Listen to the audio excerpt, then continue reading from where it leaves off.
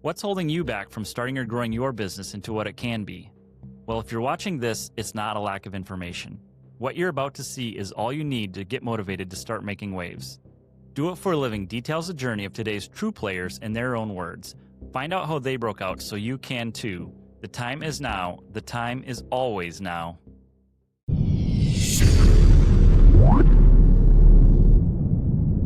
Welcome to the Do It For a Living podcast, and today we have Kevin in the hot seat. We're going to be interviewing him, asking him lots of excellent questions. So tell us a little bit about your background. What have you done? Where'd you come from? Okay. So, obviously this is the second time we've interviewed. I think Reed interviewed me the first time. But, we've been doing the podcast for, a little over 10 years now, which is a pretty long time. It took probably 4 years off. But the podcast we really do to kind of like promote and support businesses in the industry, right? And so obviously you and I have a performance shop, Evolution Dynamics, and we have been modifying Evos. I think I started the shop 20 years ago, so 2005, and then you joined, I think 2008 when the Evo 10s came out. And so we've been modifying those forever, and obviously we saw a hole trying to like manage the shop, so it was quite difficult. That's where we started the MSA software.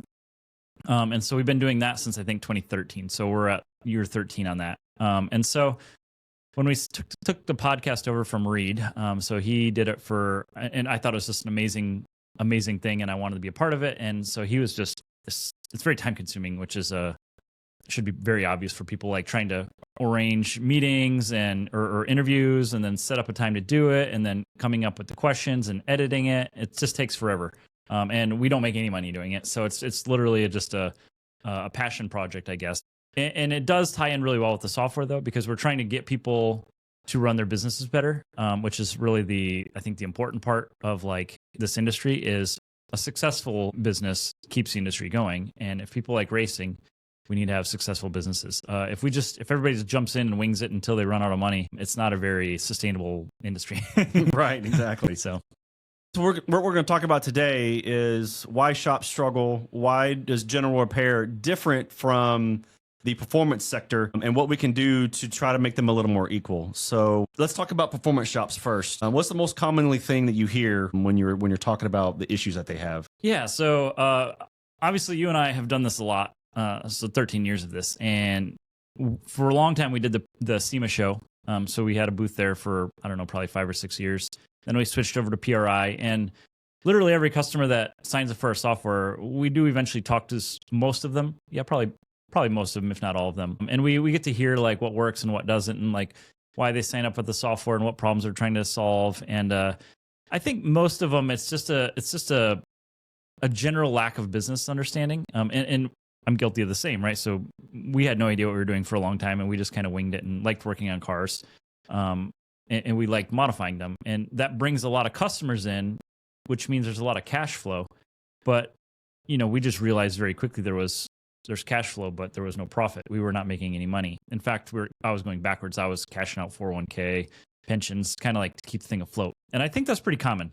There's a lot of shops that like to look like they're making big bucks, but I think more often than not, most of them are just scraping by. And obviously there are some very successful ones, and generally it involves more than just working on the cars. It involves like some manufacturing or a great deal of like part sales online. So there is some success to it. But for the majority of people, if you're doing just the service work, like working on the cars, custom fab, that kind of thing, it is very, very hard to make money. And most of them just don't track anything. They don't track hours. They don't track the parts and materials. And so they're literally just guessing at what to bill the customer. And then they're guessing if they're making money, and they're guessing at what hourly rate and it's just a bunch of guesses because they don't have any feedback. And it's not that they are deliberately doing it. It's just that like most of us didn't come from that business background, and we don't know what to do. And there really is not a school for it. You can just start a business and go at it. And that's the problem, right? Like we just don't know what you don't know. And so we got to learn. And that's really what this podcast is about, is trying to teach everybody the things they don't know and teach them how to be a successful business. So walk us through some of the fundamental differences between a general repair shop and what a performance or custom or restoration shop would do. The funny thing is there's a lot of performance shops that do a little hybrid, a little bit of both. Right. So, but the general idea is for general repair, they are able to jump in, start a business, sign up for like basically a labor guide, and immediately out of the box, they can start estimating projects or estimating repairs very quickly. And those labor guides allow you to be essentially over 100% efficient. Whereas a performance shop, or at least let's just start with a restoration shop, somebody who's doing like time and material stuff or any custom fab work. You're basically always time and material, which is how long it takes you to do it. So you're never, ever going to get over 100% efficient. And so there's a huge advantage to doing general repair. And we talked about it when we interviewed Alejandro, is like, whoa, he's like, just service and just doing general service is way more profitable. And the reason is because you can be, up to 200% productive. If you're looking at a brake job and your book guide tells you it's 2 hours and it takes you 1 hour to do it, if your shop charges $150 an hour, you're really making $300 an hour. And then you take off your salary off that, and it gives you a gross profit like well above $200 an hour. Whereas if you have a performance shop and you're doing an install for somebody and you're charging them hourly and you're $175 an hour, at most you're going to be as $175 an hour at most. So, I mean, those guys are, $75 an hour per hour more than a performance shop straight off the bat. And that's just assuming you're 100% billing everything you're doing, which is never the case. So, I mean, there's a very big difference between the two of them. And I think people just don't understand that you have to be absolutely dialed in with what to be charging in a performance shop in order to make money doing it. Compared to general repair, which you can be way off, and using the labor guides, you can make up for a lot of mistakes. You can make up for a lot of downtime. It's all because the margins are much higher per hour. So can you explain book time to someone that's never heard of it? I mean, walk us through some of those details. Yeah, I mean, like that's pretty straightforward. Like if you go to the dealership or any general repair stuff, you ask them like, hey, I need to do like new struts, and they're going to tell you it's like 1.4 hours per strut. And they're getting that off a labor guide, and those labor guides are generally acquired from the OE manufacturers. And so the OE manufacturers publish all the times it takes to do it. And you would probably know this better than I do, but I believe they have a couple people taking a car apart or taking a truck apart, and then they put it back together, and then they just measure how long it takes to do a general repair. And then they put that in a book and they publish it somewhere. I am very aware that lately, I guess like warranty companies have gotten involved in this, and they clearly don't want to pay out for warranty repairs.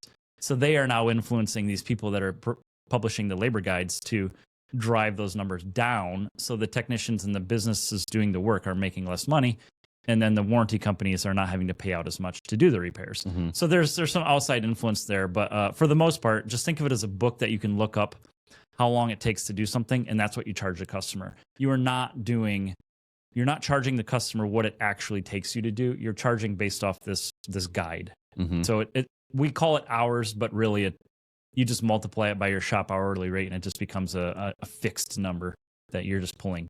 And it gets even worse, is like some of them have a modifier where they'll be like, oh, we're going to charge 1.5 times the book time. And so then they take the book time, charge it times 1.5, and that's what they want to charge. And so they're just all made up numbers, essentially. Right. They come from a little bit of ground and reality numbers of like, hey, this is what take apart a new truck. Well, this one's been in Michigan for 15 years, and now every nut and bolt's rusty on it. So that makes sense, charging 1.5 times more, because it's going to take you longer to do. But it's not the same when you're doing like restoration, and now suddenly you're just charging per hour no matter how long it takes you to do it. There's big differences there. So for general repair, and you get 200% plus and more efficient, how is that? How do you justify that? How is that not ripping the customer off, or how is that a fair business practice? I think it's ripping the customer off to a certain extent. But you clearly, the reason they do it is because those book times give you winners and losers. So while, yeah, you might say that doing the brakes is 2 hours, and my guy can do it in 1. So you're billing the customer for 2, but you're doing it in 1. That might be the case for most of them. But like I said, the rusty car up north, it might come in, and then suddenly now this 2-hour repair takes them 4 hours. And technically you should be charging what the book is, still 2 hours, even though it took you 4. Now, the reality is most shops that I'm aware of now, if they go over, they just charge more. So Right, now right. you're upcharging the base price and then you're adding on top of it. So there is certainly a very big level of like, I guess it's not ripping them off, but you're making your margins way higher than they need to be. And you're not doing it by increasing your hourly rate. You're doing it by charging the quantity, which is hours in this case. So what does a proficient tech in the general repair shop actually bring home in a week? How do they handle the flag hours versus shop hours and all of that? So, I mean, we clearly don't do general repair, but like I'm well aware with what they do. Typically, a dedicated technician, like a technician that's just working his bay, doing cars, coming in and out, maybe as a service writer, writing all the jobs for him, and he just goes in and fixes them all. And then maybe even they have a parts guy that just supplies them with the parts they need. That type of work, they're easily going to be 100% efficient if they have the workflow, and most of them will be way above that. I guess if you're like an A-level tech, you should have no problem getting to 50, 60, even 70, 80. I've seen people claim 100. I definitely do not believe that is sustainable. If 100 hours a week of book time is sustainable for somebody, you're way overcharging the customers. Way, way over. I mean, like, I would not want to see you do something in 10 minutes that you're charging me for, basically, double of what it should take. It makes sense, but it's too much sometimes. So let's look at the performance side now. How do they measure efficiency? How is that being realistic? So this is where it gets a lot harder. So if somebody just jumps in and wants to do performance work, you have to literally just guess what to charge for stuff. So you can use. We certainly have done a lot of that, especially at the beginning. That's right. Yeah, Yes. you're like, this case should take me 2 hours, and it took you 12. Right. You lose your butt on all that. That's exactly right. So there's a really, really hard getting the tools and getting the shop space and lift, all that stuff is the easy part. It really is like the first year of surviving to build out what you need to be charging for this stuff. And you don't know because there is not a labor guide for it. If you want to know what it costs to make a Sidewinder turbo kit for an Evo, or put in the roll cage in a car, or maybe you want to know what it costs to like put in coilovers, set your ride height, corner balance it all, and then adjust the sway bar preload on it. Like, there's no labor guide for that. You just have to do it and understand it. And the problem is you ballpark it. So you charge the customer, hey, I think it's 2 hours to put these coilovers on, and you do it and it takes you 6. Well, do you suddenly tell the customer like, oh, I told you 2, but I'm going to charge you for 6? Like, and the other problem with this is like most of us come from a racing background and we don't want to rip the customers off, and you feel bad for like overcharging people. And so most morality kicks in. Morality, they just you don't charge for what it actually takes early on. And there's a learning curve to that. Like, clearly you learn pretty quickly that like if you charge for 2 and it takes you 6, you're going to go out of business super fast, which is why a lot of performance shops can't stay in business for very long. It's because they are too slim of a margin because they aren't charging for the actual time they do it. And then the second part is a lot of shops are not actually doing anything with the data they're collecting. So they're not tracking how long it takes them to do it. So they didn't even know it took them 6 hours to do the coilovers. So they charged for 2. They took 6. They didn't know it took them 6 hours to do it. And they just keep continuing on doing the undercharging thing. And so, tracking time, being able to build your own book is super important because you are making the services that you offer into like essentially like a labor guide. And that is key in order to be a successful service shop in the performance industry. So while you talk to other shops and other businesses, what efficiency percentages do you see a lot of performance shops running right now? I've seen some real bad ones into the 20s and 30%. Oh man. And then like some good ones will be, they can, and so there's different ways of looking at this. If you are an owner operator and like you're just a one-man shop, one-man band, and so you're handling all the phone calls, you're handling all the walk-ins, you're pushing all the cars around yourself, you're ordering the parts, you're delivering the parts to the machine shop, you're doing it all yourself. If you can hit 50% efficiency, you're doing pretty good. Most of those guys are going to be way below that. But it's just because you're trying to do too much, and like a jack of all trades, like you can be really good at working on the cars, but then when it comes to managing the business, you're going to fail. When you do get some help and you have like maybe a full-time technician and then you're now managing the business, those technicians are able to get 75% efficient, at least with like working on the vehicles. That does not necessarily mean the shop is billing at 75%. It just means that they're the technician is doing work. They're working on the vehicles, they're building the manifolds, they're doing the roll cage, whatever it might be. So that I would say that in general, a performance shop over 50% is doing better than most. And if you're over 75% efficient, you're doing extremely well. I've never seen anybody over 100% efficient, but that's just because like nobody has got a book good enough to, at least with performance work, to be, over 100% efficient all the time. So with general repair, they're much higher efficiency and performance is much lower efficiency. How do those compare exactly? I mean, when you do them side by side, what kind of labor do you think typically happens? So the gist of this is like, I personally believe people in the performance industry are more skilled. I personally believe that we are, in general, better problem solvers because the problems we're solving are not done through a standard operating procedure or a guide. You can't look up on your TSB like, hey, why does this car not run right? Nearly every time that we've diagnosed cars, it's like super weird problems that you would never have on a general repair car. And to me, those skills are honed with lots of experience. Like we have 20 years experience. I can literally listen to an Evo driving up and I can tell you just from the sound of it if it's got like a broken ring line on an Evo 10 or if you have a misfire when you're going full throttle. Like all this stuff, I don't need any tools. I can just hear it and I can tell you from experience.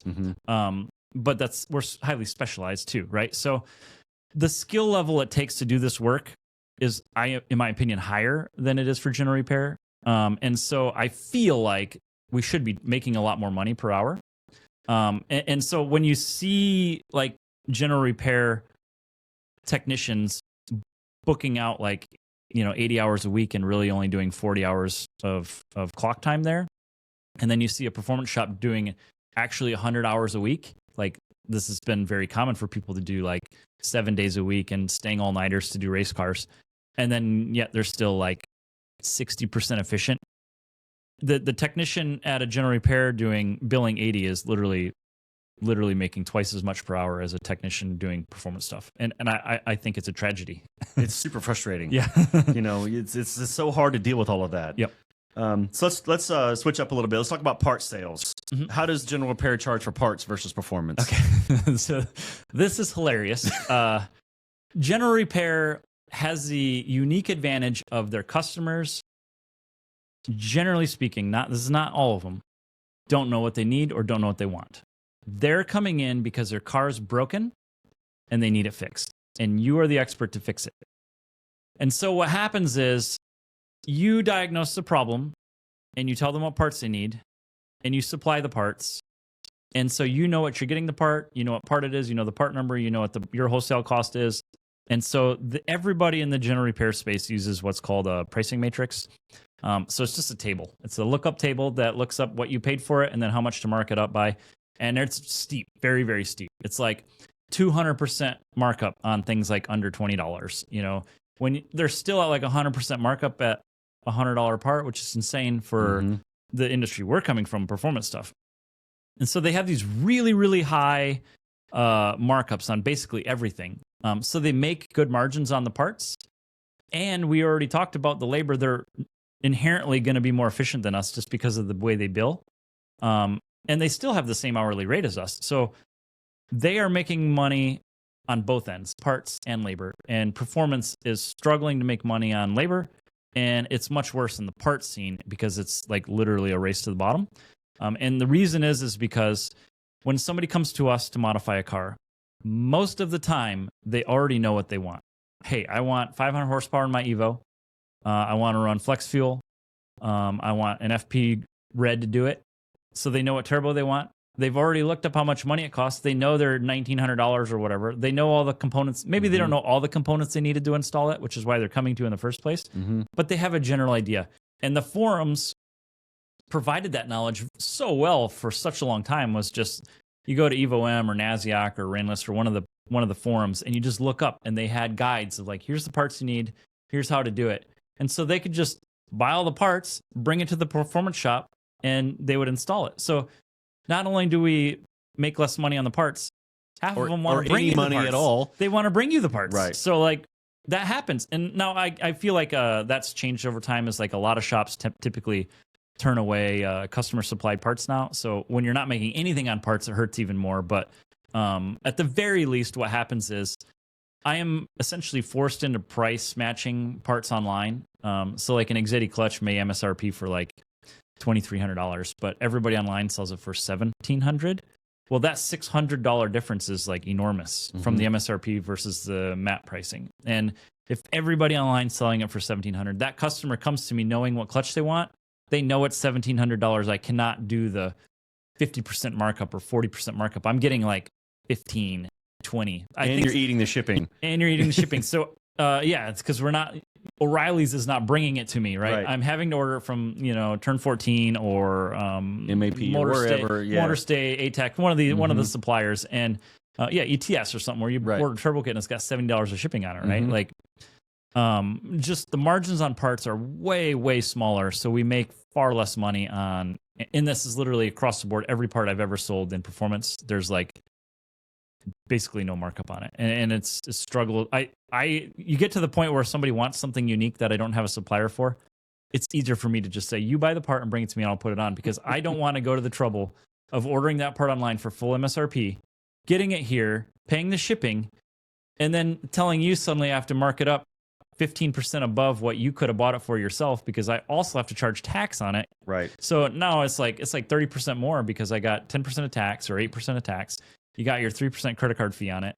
I had to pay the shipping on it. And so there's just this huge amount of difference between, like you buying a part and just bringing it to me and me sourcing things that I'm not like supplied to distribute. So some of the extra stuff that the performance shop has to eat, like hardware, consumables, welding gas, how do they handle all that? Yeah, so that especially is common with custom fab stuff and people in manufacturing stuff. I feel like most of them don't do any tracking on that and just have no idea. They just eat it. They eat it, yeah. So it does, like if your accounting is set up properly, in your QuickBooks, you'll definitely have a line for like shop supplies. And most of that stuff falls into the shop supplies under your expenses. But I see so many shops that like don't track their receipts. They don't do any like bookkeeping. They do not reconcile anything, or they just don't know how much money they're spending on stuff. And this happens in general repair too. They use the catch-all like shop supplies fee on invoices. Cannot stand it. I think it's ridiculous. Just because like if you are properly doing your bookkeeping, you will know how much money you're spending per year in shop supplies. And if you know how much you're spending on shop supplies and you know how much, billable hours or revenue you're doing a year, you can easily divide that shop supplies and all that sort of stuff out by the number of billable hours you're doing, and you can include it in your hourly rate. And I feel like that's the way it should be done. Like I'm not writing my electricity bill onto your bill as a line item, right? Right. And that happens, but we all hate it, right? Like that's like your internet provider or your electricity provider. They have like fees and bills and everything. It's super dumb. Like 75 different things on my right. phone bill. Yeah, but in general, to answer your question is, I think most performance shops do not track any of the shop supplies at all. There are definitely some that do, and there are some that do it very well. But there's also a breaking point of tracking nuts and bolts and washers on a build. If it's a 20-cent washer and I have to go and add it into the computer, the like 1 minute it takes me to put it into the computer, I've spent more money and time than I would ever make on the 20-cent washer. You lowered your efficiency. Right. If you're tracking zip ties, you're probably wasting your time. But on the other hand, if you forget to put that OEM bolt that cost you $12 on the bill that you pulled out of a bolt bin. So we do that. I prefer to use new OEM parts, especially on exhaust parts on the Evos. And yeah, they're literally $12 a bolt. And I probably have given 1,000 of them away. Yes. Yes. Yeah, over the years. And you learn really quickly. Like obviously now we have the part number, the cost, the retail price, we have a markup on it, and we add them to jobs as we do it, because like when you look back at like how much money you've thrown away by giving away stuff like that, it's like crazy. For me, it was always spark plugs. Yep. Put the spark plugs on while I'm on the dyno. I forget to add it to the bill. Well, there went $50 right out the door. That's right. Yep. Didn't even bat my eyes. Yep.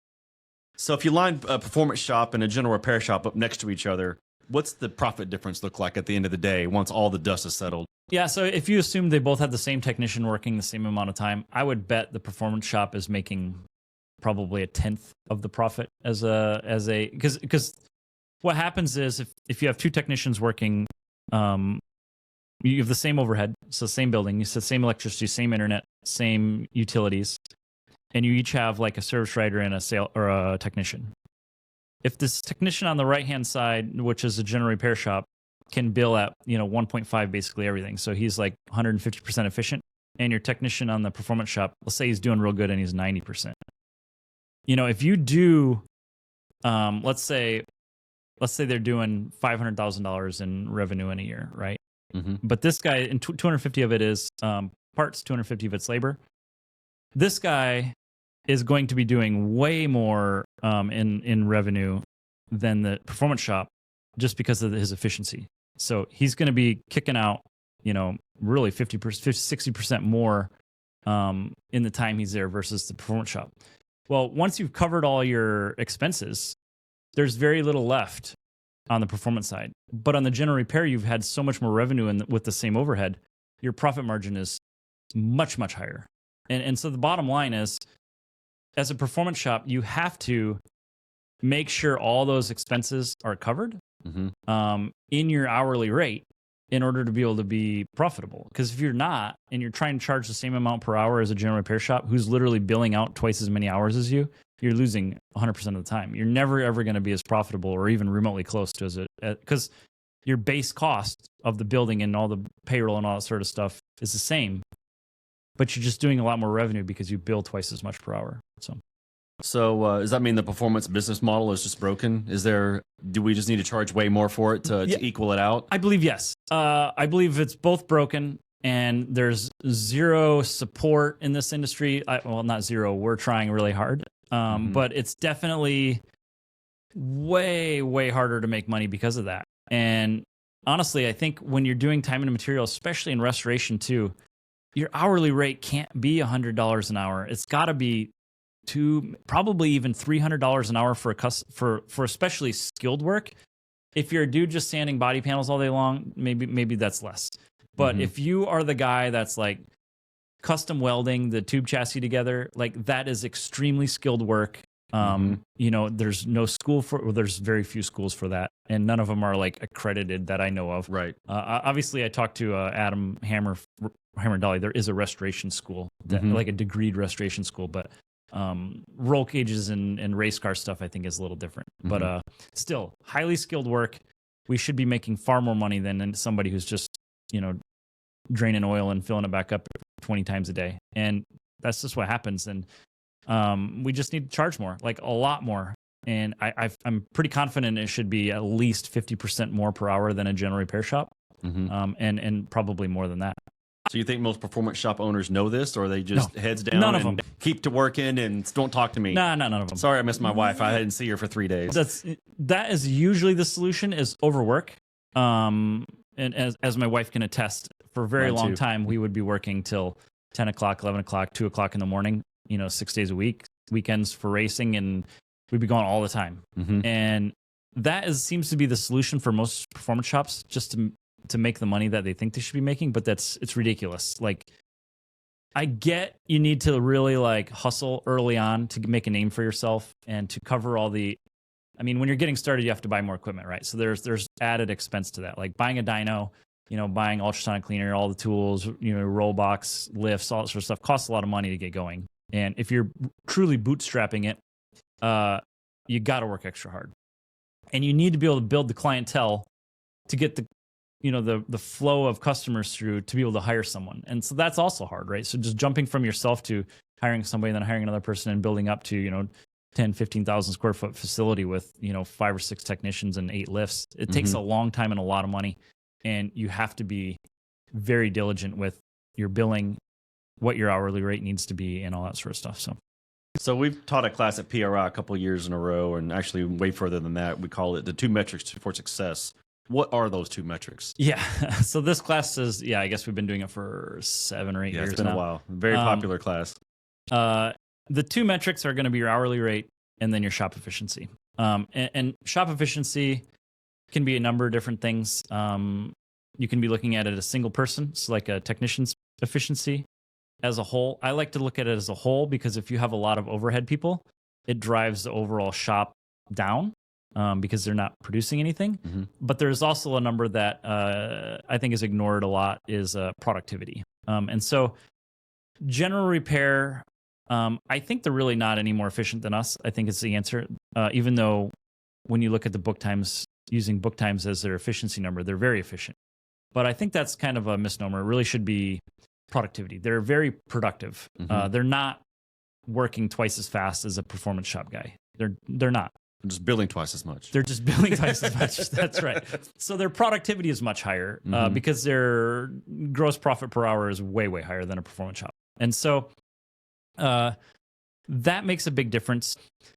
Efficiency and productivity both need to be considered. The productivity, I think, is a more important number to look at because if you have a lot of overhead people working time, they all may be very efficient with their time and doing stuff and moving around and pushing papers and whatever it is. Mm-hmm. So your efficiency is high, but your productivity is very low because you have a very bloated, operation.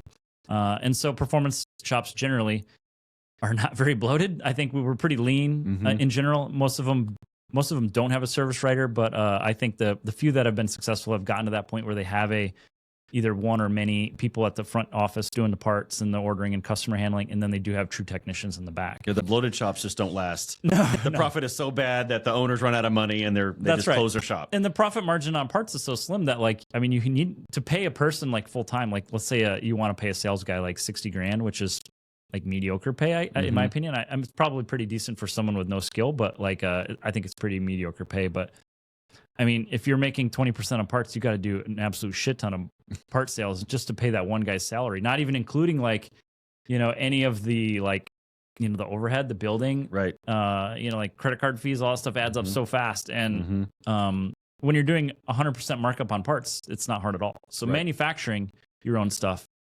much, much easier to do that with. But if you're selling other people's parts from a shop, which is most of them, it's almost not even worth it. So these two metrics, how do they work together? So your efficiency is something you can control by making sure you're measuring what you're doing on stuff and charging properly and making sure your technicians are working and making like in the manufacturing one, working on making your workspace actually conducive to doing work. You don't have to push 6 cars out of the way to work on your one lift every time, every day. That's super inefficient, right? Non-value added. You're wasting a lot of time. You're very not lean, right? So that's a part of it. And so I think the important part is between the two of them, you need to measure your efficiency at all.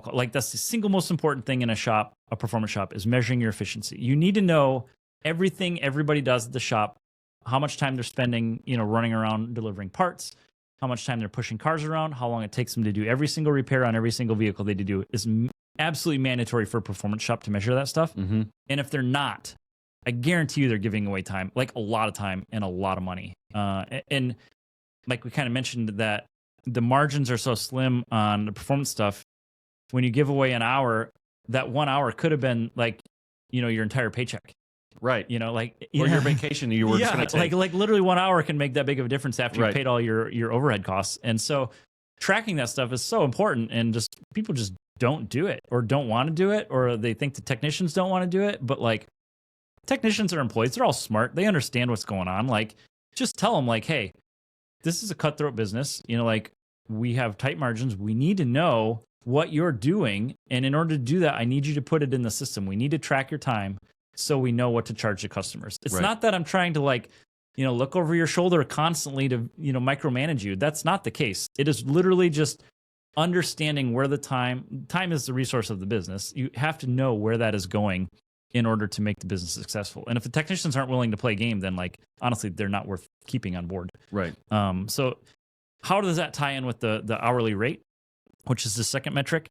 Hourly rate is not something that you can, refine as by action, right? The only thing you can do with the hourly rate is just change it. We can make it higher, we can make it lower. The way I look at it is if you're starting early and you're trying to build your client base and you're trying to get people in the door, you got to start with a lower hourly rate. You need to drive people to you so you can establish yourself as a legitimate business. So the early years are the worst because you're charging the least, you have the least customers, and you have no book to work by. You don't have any idea of what to charge for anything. And so you're losing on all of it. And you can't mess up. And you're not, no mistakes allowed. and you're not buying volume on parts, so Right. you're getting the worst discount on parts. You're probably not, direct with anybody yet. You're buying from, maybe like straight from Amazon or straight from like Summit, and you don't even know ATEC exists. Mistakes basically kill you, because word of mouth is the single most important thing in performance, and at least in my opinion. And if you're established and you've been around a long time and you have a lot of good customers, you can definitely take, like, not that you've made mistakes, but you don't have to worry about a guy going online and like trashing you with 100 of his friends because he got screwed, which has happened. Like it's happened to us probably a couple times over the years. I think it happens to everybody in this industry. But if you're new and the very first customer walks in the door and like you like put the timing belt on wrong and you start it up and it smashes all their valves, like, you're finished, right? They're going to tell everybody, don't go to them. And before you even have a chance to get going, you're finished. And it's unfair, but I guess it makes sense, right? If you're not qualified to be doing the work, or you don't know what you're doing, like, you shouldn't be working on other people's cars. So this hourly rate, what's the best way to calculate it? Is there a method? Is there a bunch of rules, or is it just off the top of your head? Yeah. There is definitely a formula. Nobody knows the formula. It's a magic formula. No. We put the formula together, I think, because everybody just kind of guessed. And every shop I've ever talked to, their hourly rate is based on other shops. So they say, well, the dealership's $200 an hour. I should be $190 an hour, or all the other shops in my town are $100 an hour. So I'm going to be $90 an hour, right? Like, they just guess at this number. Like, that does not work. Like, there is a formula for it, and it's really pretty straightforward. So if you've been in business for more than a year, it makes it much easier to figure it out. Because I said, like, the first year is the hardest because you don't know what to charge for a lot of stuff. You don't know how efficient you are. You don't know all your overhead costs really until you start rolling through all your bills and stuff. But if you do a good job of bookkeeping and putting all your expenses in every year, and I'm not saying you have to do it every time you get a bill. Like, when you're an owner operator, especially, it's insanely hard to do all that stuff. But you need to be doing it at least once a quarter, or do it at the end of the year, so you know your total costs of the business, because you can take those total costs, all your expenses, like your rent, everything that is, you're out of pocket on, and you can divide that out by how many hours you've worked. And so now you have like kind of your base, like, cost of operating. So you know that, like, hey, after my rent, all my utilities, all the payroll, the shop supplies and tools and equipment and loans and whatever else you have, it's going to give you a dollar amount, and you can figure that out per hour. And so we have a formula, and we have it usually posted on our website, and we have a blog for it. But the formula will tell you, like, hey, you need to be charging, $75 an hour, and you need to be, 75% efficient with one full-time guy through the whole year in order to just break even. So now when you're at $150 an hour, now you have some margin. When you're at $200 an hour, you have even more margin.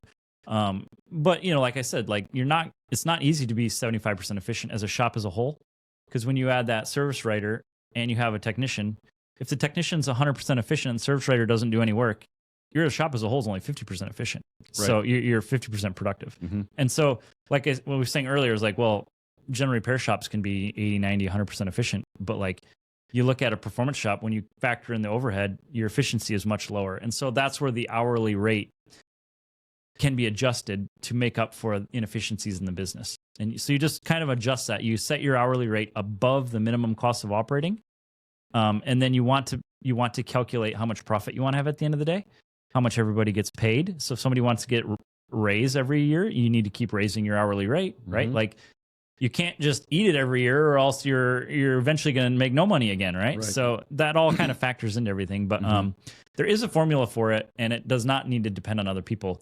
The bare minimum it needs to be is like what it takes to keep your shop operating. And then beyond that is like what you want to make profit, and then kind of move forward from there. So is there a fear factor here, or the guy's afraid to charge what they're actually worth? I mean, definitely. Yeah. The worst is probably, like I was saying earlier, is I actually believe we should be like way, way above $200 an hour for most of the stuff. I don't know hardly anybody. I heard one guy talking to another shop was doing $300 an hour. I don't know if it's legit. They said it was, but like, I don't know. I've never heard of the shop, and I don't know like if he's actually charging $300 an hour. I know dealerships definitely do, at least the exotic level. But like, I know shops that work on Lamborghinis, putting turbo kits in them. Right. Like they're working on exotics too. Like, and those guys know how to like custom make the manifolds. There's no reason they can't be charging $350, $400 an hour. Right. Because the equipment we need is expensive. Like it's not like we're making $400 an hour. It's because your cost of operating the business is 150 of it. After you get a guy who's skilled and should be making $75 an hour if he's like a master welder and knows everything there is to know about a Lamborghini. So, yeah, I mean, that's just kind of the game is, yeah. So what do you say? What's your feedback to a shop owner that says, I can't charge that much. I'm not worth that. Well, yeah, I mean, if you want to just volunteer your time to everybody, here's my money, take it. That's really what it is like we did that early on. We didn't charge nearly enough for roll cages because we didn't know how long it took. I didn't track the materials on it. We didn't track the time on it. We probably put 5 roll cages in Evos that I paid for. Like I probably paid for the supplies and welcome. The time. Maybe some of that is learning. Obviously, the first one is going to be the hardest one because you don't know how long it's going to take to do. But yeah, I mean, we just basically give money away because we were not charging enough. And so you have to understand that if you want to be a viable business, you just have to charge more. There is within reason. Like if you're charging $500 an hour and nobody's coming in the door, it's too much, right? But like at $200 an hour, if you're barely breaking even and you at the end of the day you don't have enough money to take a vacation, or you own a race car shop and you can't even afford to have a cool car, like that's a problem. Like driving the beater in every day. You own a business and like you're skilled and you got 10, 15 years of experience, you should have plenty of money left over to do it. And that's just part of it. So switch over to shop efficiency a little bit. So you define billable hours versus total available hours. Break that down a little bit for us. Yeah. Okay. So total available hours is how long people are at the shop. So like a time clock. So at the beginning of the day, you come in, you punch in. At the end of the day, you punch out. Maybe you punch in and out for lunch. That's your total available hours. A full-time technician is going to be 2,000 hours roughly. That's 50 weeks, 52 weeks, like kind of give or take, depending on if you're paying vacation or if they're taking vacation. And then 40 hours a week. So 50 times 40 hours a week is 2,000 hours. So the available hours is going to be 2,000 hours per technician. If you have a part-time guy, like 20 hours, half that, 1,000 hours.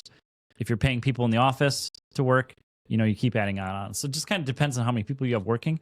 But that's what we look at as the available hours. And so there's a cap to how much revenue a service shop can do based on your efficiency and how many available hours you have. So if you have one guy, and you charge $200 an hour and you are 100% efficient, the absolute most amount of money you're going to do is 2,000 hours, because that's you're working 40 hours a week at $200 an hour, 100% efficiency. You're going to do $400,000 in labor, which is a lot. Like it's a lot. But I mean, most shops are like third of that, maybe half, so if you're lucky, and that's a problem. And if you're established and you're tracking your time really well and you've got systems in place, you may be close to $300,000 to $400,000 a year per employee of revenue on labor.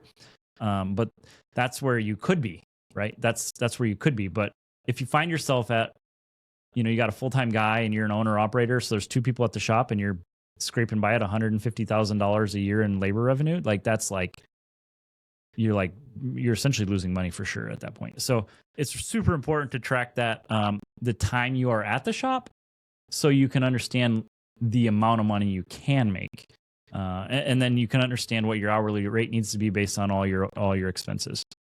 So if I have one tech working 40 hours a week and I bill 30 hours that week, what's my efficiency? What's that math? Yeah, so if you're there 40 hours a week and you're billing 30 hours a week, you're going to be 75% efficient or productive. Your productivity will be 75%. And that's what we're looking for, right? So you want to look at how many hours you are actually spending billing the customer and how many hours you are at the shop. And that tells you your shop efficiency. And if you do that with every employee at the shop, whether they're parts people, service writers, technicians, manager, owner, whatever it is, if you need to do it for everybody as a whole, so the whole shop as a whole's efficiency. So what are the biggest efficiency killers in a performance shop? When you talked about some disorganization, you talked about doing non-value added stuff. What do you see as the biggest efficiency killer? Yeah, there's a lot of them. Kind of going through the list here, estimating. Now, if you are a specialized shop like us, estimating is insanely easy. So we have the tools in place. Now, not when we started. It took years to do it, but we have the tools in place, and we can estimate basically everything on an Evo, like over the phone in a few minutes at most. And that includes all the parts and everything. But if you do a variety of types of cars, some of it almost becomes impossible. And especially if you do like time and material stuff like restoration, there is no estimating. You literally just say, hey, I can do it. It might be 6 figures. It might be $90,000. I don't have any idea. But you're just going to have to send me $20,000 every month or two. When I work it off, I'll let you know I need more, and you just keep going. So there's no estimating there. It's just kind of like, I'll just work until I'm used up all your money. So that's a huge time suck, is if you're trying to estimate stuff that you're not familiar with. Another big one is fitment. I've had this problem many, many times, or we have had this problem many, many times, is aftermarket parts a lot of times don't fit well. Or maybe they fit well on a totally stock car, but when you have a different turbo on there or a different intercooler, now everything's different, and the intercooler pipes are bent different, or they made up differently, or the exhaust is made for a certain type of bumper and they have a different bumper on the car. Or they bought the header from eBay and they bought the lower intercooler pipe from ETS and the other piece from MAP, and then all of a sudden nothing matches. That's right. At all. And so that is a big problem, because like you're going to put the stuff together and it doesn't fit. And so now you have to make it fit. And so now you're having to dig through like couplers or order new stuff, and then or cutting and rewelding. And now suddenly you have the problem of like, oh, I didn't have the right coupler. Now I got to order it. So a car that came in for a 1 hour lower intercooler pipe install suddenly takes 3 days because I got to order a different coupler. Now you got to push it all the time. Fuel injector cleaning, that was a big one for us for a long time. We finally bought our own machine, but like injectors were bad, or aftermarket injectors were not flowing correctly, and you take them out because they're running E85 and they get gunked up on the tips. Well, suddenly now, like what's literally a 20-minute install in and out, I have to box them up and ship them to ID or ship them to FIC or whoever's going to clean them and flow test them for me.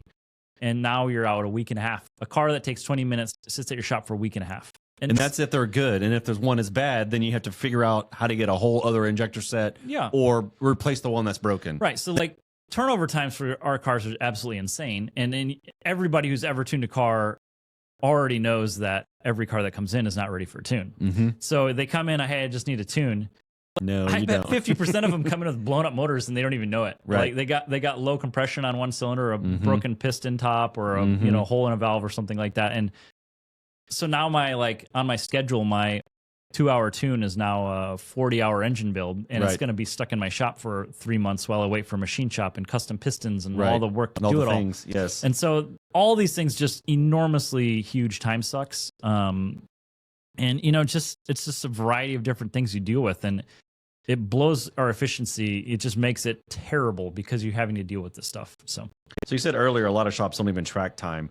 Who's more inefficient, the shop that doesn't track the time or someone that's super inefficient already? 100% sure the shops that aren't tracking it are by far the most inefficient shops there are. They just don't know. And they're not trying to track it, or they don't know to track it. They're just throwing away time left and right. And there's a few of them that might make it up for it by just charging an insanely high amount by guessing, just saying like, hey, we're going to charge you, $4,000 to do your, your fender roll, whatever. Like, and they charge so much money, they can just eat whatever inefficiencies they have.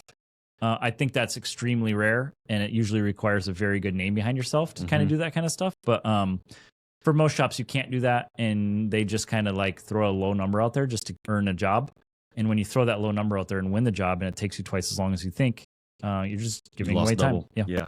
So what's a realistic target for performance shop? Where do you see like a happy medium where you're not killing it, but you're still making it? As far as like revenue or efficiency? Yeah. So like I said, if you're above 50%, you're probably profitable as a shop as a whole. 75% should be your goal. You're not going to hit 100% unless you have like a really established book time and you don't do anything hourly. So let's talk about these two variables together. So if how do you relate those two to each other? So if you have a high efficiency and a low hourly rate, or vice versa, where does that actually land? How can we'll use those numbers as levers in order for you to be more profitable? Yeah, I mean, the two are I guess, related in that at the bottom line of your P&L, you can adjust your hourly rate and increase your bottom line. You can improve your efficiency and bill more jobs and improve your bottom line. So you can do both. But like I said, like your actions and tracking time and making sure you're billing stuff on the efficiency, in my opinion, is the one you work towards to increase your bottom line. And then in order to, once you've kind of established an efficient process and you have a good process in place and you know what to charge for stuff, then you dial the hourly rate up. That's where you kind of, hey, we got a good system in place. We're good at what we do. We got customers coming in. We need to charge more. Or we have so many cars, we can't even do them all. Charge more, charge more, charge more. Keep charging more until you kind of like get the bottom feeders out, or, you know, at least you can control the flow of cars and get the profitable jobs in and avoid the not profitable ones. How often should they be looking at these numbers? Monthly for sure. Annually, if you are just totally slammed for time, but like obviously the more busy you are, tells me probably the least efficient you are. If you're a really efficient shop, you have the time to, you know, sit down and reflect on what is profitable or not. And I think that makes a huge difference. If you can work, that's always the term, is like working on the business, not in the business. And that's the most important part if you want to be successful, is understanding where your time is going. So talked about these two problems when we're talking about shop efficiency and some of the ways to calculate it. So when you talk to performance owners, what are they using to manage these things? How do they improve their numbers? Most shops that are getting started on their own are using nothing. Some of them figure out pretty quickly. QuickBooks is what they use for building invoices for customers, and I think that's like the extent of what they do it for or use it for. Some of them don't do anything and cash under the table, or maybe they have like Square on their phone or whatever just to bill you, and it's super problematic for every step of the way when you actually get going like that. I know people, I have friends that still do it that way, and I like cringe every time I see like how they're doing it. But yeah, so that's like the old school way of just pen and paper, notepad, whatever, maybe an Excel spreadsheet if they're kind of like trying to wing it. But you know, like a lot of shops, performance shops, do both general repair and performance stuff, so they do tend to like lean towards the general repair software. And that it does work, I think, for obviously clearly for the general repair side of the business, which clearly is the more profitable side, but it's the less fun side. Right.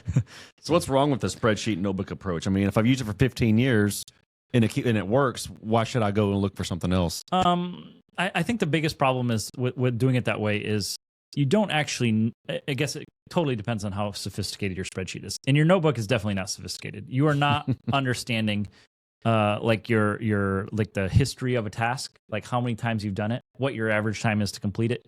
So therefore, you know, like your what you should be charging it for it. So you can get a bell curve of like, hey, I've done clutch jobs on Evos 300 times over the years.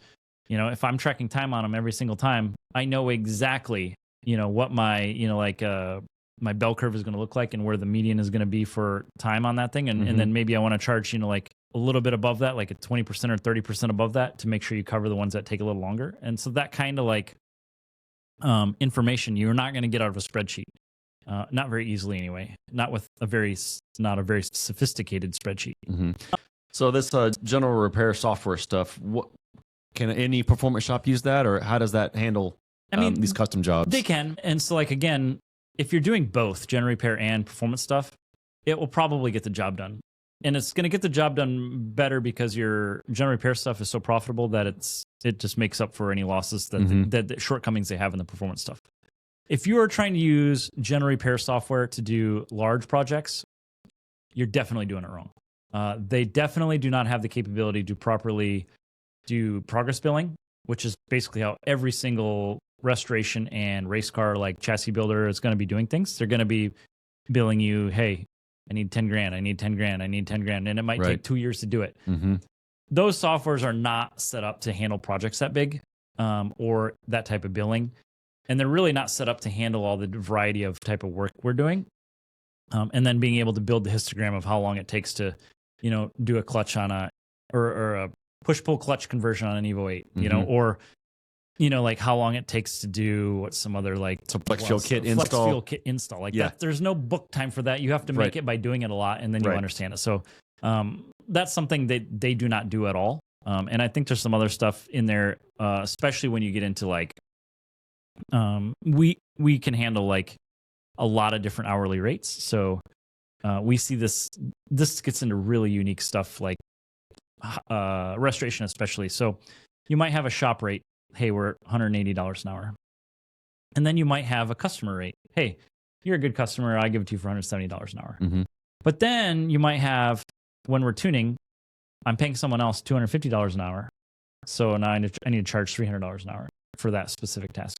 So we can handle a variety of different situations on who's doing the work, what type of task is being done, who the customer is, and what the shop is. We can handle a variety of different hourly rates. And I've never seen any general repair software come anywhere close to handling that type of complexity with hour tracking or time tracking, which is, in my opinion, essential for especially custom work.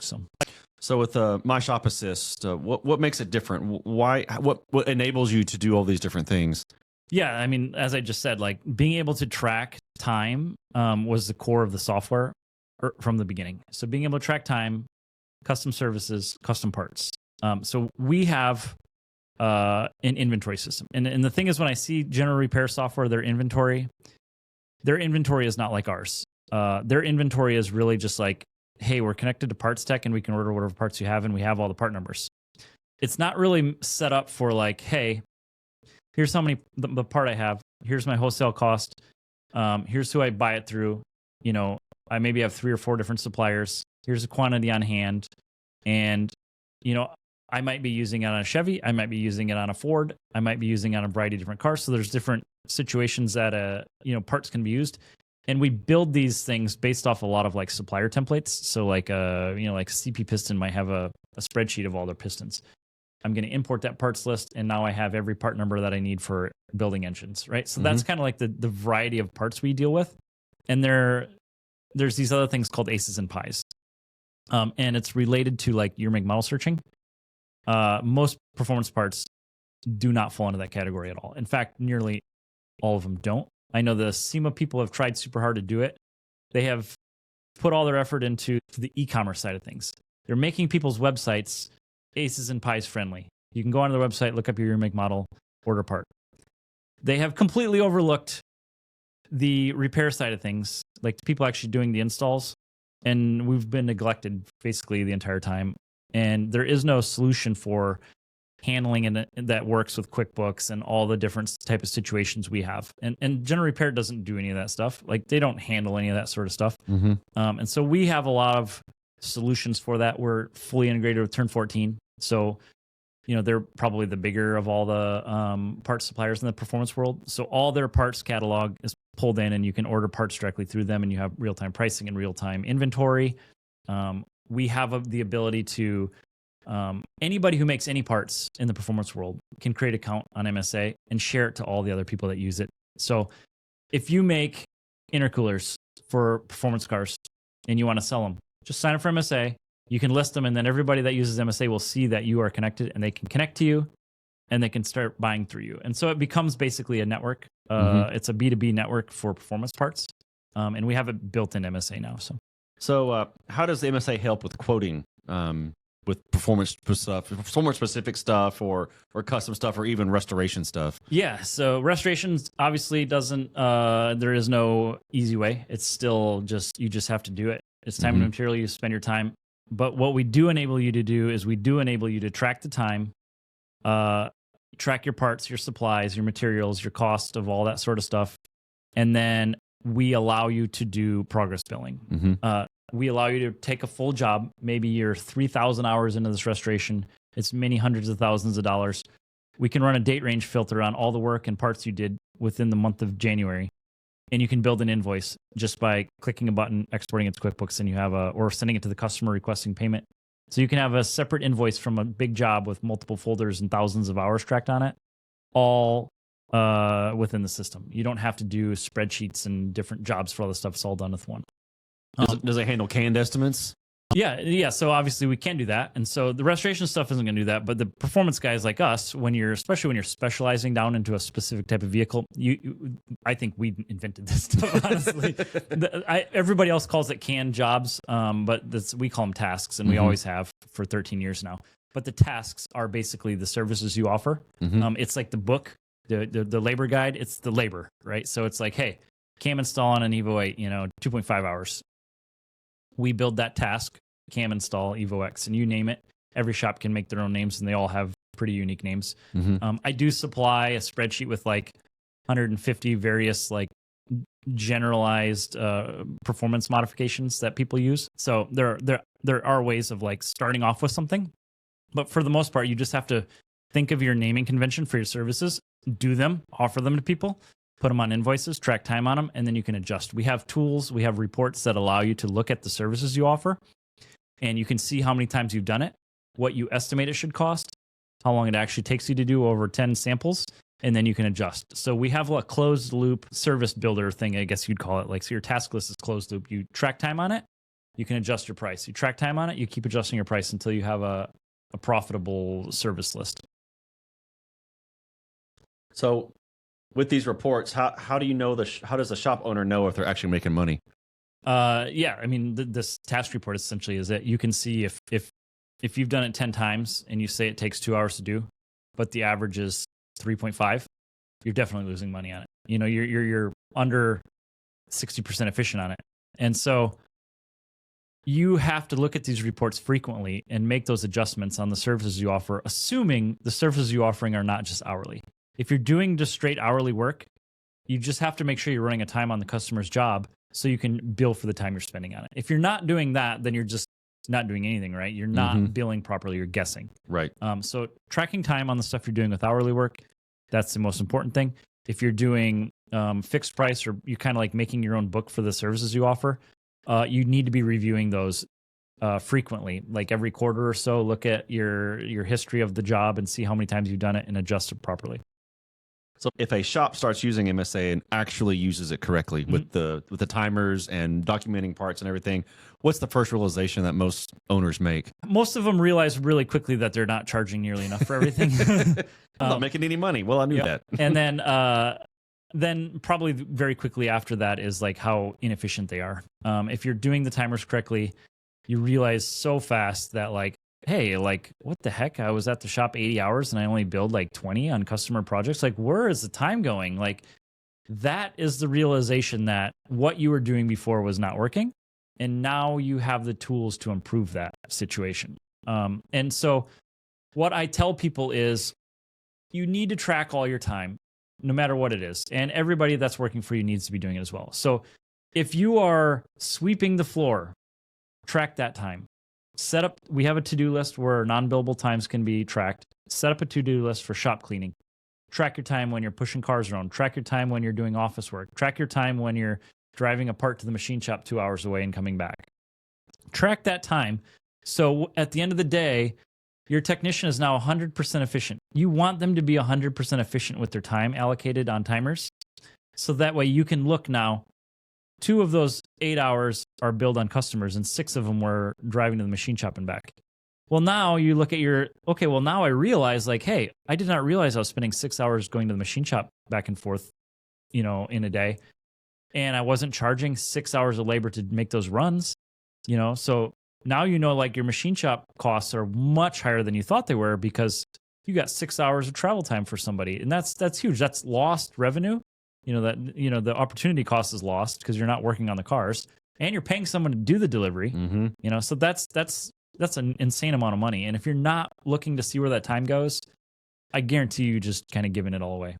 So what do you say to the guy that says, I don't want to track that? That's not part of my job. You do you. I mean, like, we've been doing this long enough that like I still see it to this day. And it usually is the owners are really responsive of wanting to do it. The biggest pushback I get trying to help people is that, hey, my technicians don't want to do it, or they don't know how to do it, or they think it's too much work. And my answer to that is like, it's your business. If you don't want to be successful, or you think you're successful enough already, then fine. But I promise that everybody that's doing this can greatly improve. I haven't been to a shop yet that couldn't be improved a lot. And many of them realize it when I start pointing things out. And it's not like our shop is the best run either, just because like I'm splitting my time between two businesses, right? And you're only here on nights and weekends, right? So I think we're just kind of like floating along. But I've been to so many of them, and I've seen how so many of them work that I've seen what does work and what doesn't. And for the most part, basically everybody has a lot of room to improve. And it just takes a little bit of work, and people do it. So there are some shops that use MSA that are like, they're mint. They're run really, really well. They understand it. They're tracking their time. They know where to make improvements on. They have tasks for the services they offer. They're making all these adjustments. They have all their parts in there. And they're successful. And I know one of them that's even trying to start a second store because of how successful he was at the first one. So for our listeners and viewers and hopefully subscribers, if they're out there listening and they're nodding their heads to a lot of what you're saying, what's the first thing they can do tomorrow? Sign up for the software. Yeah, so myshopassist.com and sign up for it. I get that when you're a performance shop, that everybody tells me this too. What I do is too unique. There's no software for that. Or my business is too different. Or my business is too different. That is never the case. I haven't seen one yet that is too different. I have seen them that are run very weird. Like they make it much harder than it needs to be. But at the end result is what they're doing is the same as basically everybody.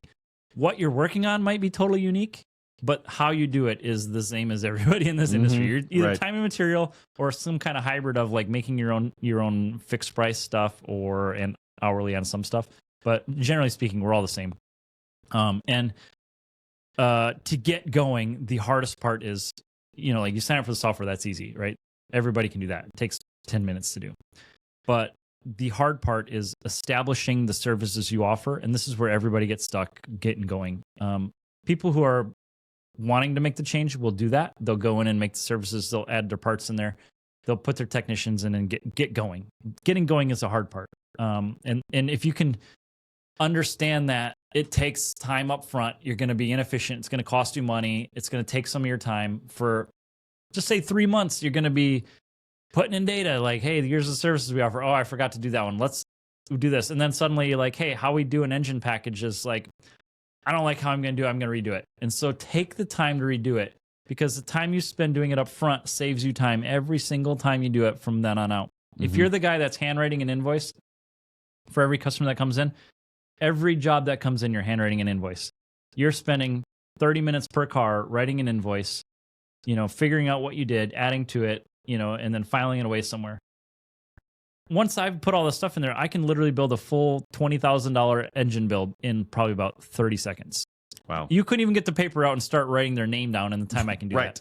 Right. And then I can order all the parts through the system within another 2 minutes because I have it all cataloged. It's all attached to Turn 14.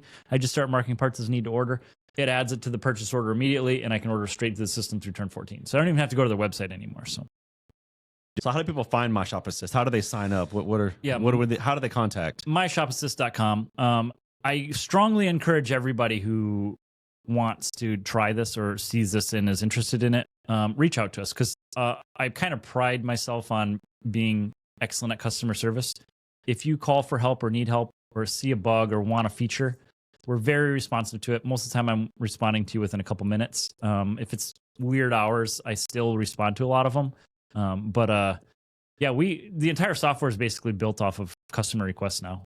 So obviously we understood the core of it, and still using it in the shop, I see what would be helpful. So we develop new features that way, but tons of people ask for specific things. So we're not a restoration shop. I would have had no idea until we got dozens of restoration shops telling us like how they do things. And then I learned from the best. And then I tell the other ones that are like kind of struggling, hey, this is how these guys do it. We put it in the system, try it that way. And they're like, oh, that's amazing. Let's do it that way. And so the system kind of builds on itself. So the more people using the system, the better it makes itself. So it is really handy. And that's what I would suggest people doing, is just reach out to me if you have questions and want to see a demo. If you want help getting started, I do help everybody with that as well. Awesome. So are we going to do the 2 metrics class again at PRI? Yeah, I would assume we will be. So this year, me and you did it, and we only offered it once in a 50-person room. We filled that room 15 minutes before the class started, so there's 50 people in there. I think we dragged another probably 10 or 15 chairs in from the neighboring room, and then there were people standing in the back. And then before the class started, there were still people coming in and leaving. So we need probably multiple classes or a bigger room, maybe, or both. Yeah, or both. But yeah, I'll definitely do that. I mean, I love the class. I would really love to do it like an online one with Q&A, but I don't know how that would work. So maybe that's the second one we do. Right. So yeah, I mean, like, thanks for watching this podcast. I know it sounds kind of like advertising and whatnot, but like, we put this podcast together to help shops improve, and we build software to help improve shops. So the two kind of work together. And so I encourage you to check it out if you haven't. And and we've been there, we've done that. Yep. All these things we're talking about is from experience, from the school of hard knocks, and we just were lucky enough to make it through the struggle and through the hardest parts. So we are genuinely here to help you. This is not a sales pitch or some marketing or whatever. We are here. Yep. And I do donate way too much time to helping people for free. Lauren would at be both pissed. shop and MSA. Yeah. Yep. So yeah, thanks for sticking with the podcast, and make sure you subscribe and check out my Shop Assist.